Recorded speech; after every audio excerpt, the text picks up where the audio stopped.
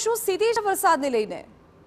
જી, કાલાવડમાં ગત મોડી સાંજથી અતિથી અતિ ભારે વરસાદ પડી રહ્યો છે. કાલાવડ શહેર તથા આજુબાજુના ગામમાં નપાણે, ખીજડીયા, મુડીલા, બામણ ગામ, કાલાવડી, ખરેડી સહિતના અનેક ગ્રામ્ય વિસ્તારોમાં ભારે વરસાદ પડ્યો છે. અંદાજિત 5 ઇંચ કરતા પણ વધુ વરસાદ પડતા અનેક નદી નાળા છલકાયા હતા. ચેક ડેમ ઓવરફ્લો થયા છે અને ખરેડી, મુડીલા, બામણ ગામ સહિતના ગ્રામ્ય વિસ્તારોમાં ગામમાં પાણી ઘૂસ્યા હતા અને ગોઠણસમાં પાણી ઘૂસતા લોકોને પણ ભારે હાલાકી ભોગવી રહ્યા છે. ખરેડી ગામમાં તો અમુક ગામોમાં ઘરોમાં પાણી ઘૂસતા લોકોની ઘર વખરી પણ બગડી ગયા સમાચાર છે. જી બિલકુલ, એ દ્રશ્યો પણ સાબિત કરે છે કે કયા પ્રકારે ત્યાં ભારે વરસાદ પડ્યો છે. કેટલાક ઘરમાં પણ પાણી ભરાઈ ગયા છે. ખરેડી ગામના સરપંચ આપણી સાથે ફોન લાઈન પર જોડાઈ ગયા છે. સરપંચ, જરા જણાવો કે શું સ્થિતિ છે અત્યારે ખરેડી ગામમાં? મારી પાસે દ્રશ્યો પહોંચી રહ્યા છે. બહુ વરસાદ પડ્યો છે વિસ્તારોમાં?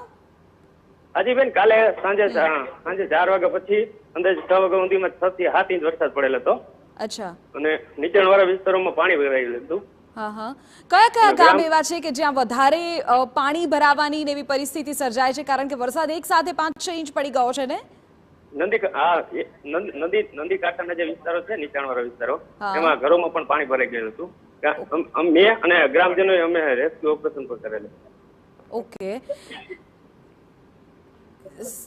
આજે ખરેડી છે એની આસપાસના કયા ગામો?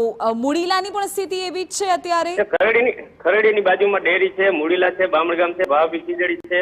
આજુબાજુના ગામડાઓમાં પણ વરસાદ ફૂલ પુષ્કળ હતો. અચ્છા, અત્યારે વરસાદ ચાલુ છે ત્યાં?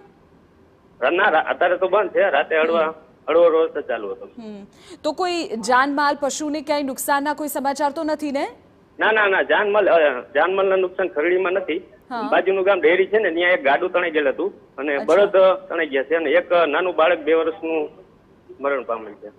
અચ્છા, તો ક્યાંયથી કોઈને રેસ્ક્યુ કરવા પડ્યા હોય, ઘરોમાં પાણી ભરાઈ ગયા હોય, તેમને બીજી જગ્યાએ તમે શિફ્ટ કર્યા હોય, એવા કોઈ સમાચાર છે?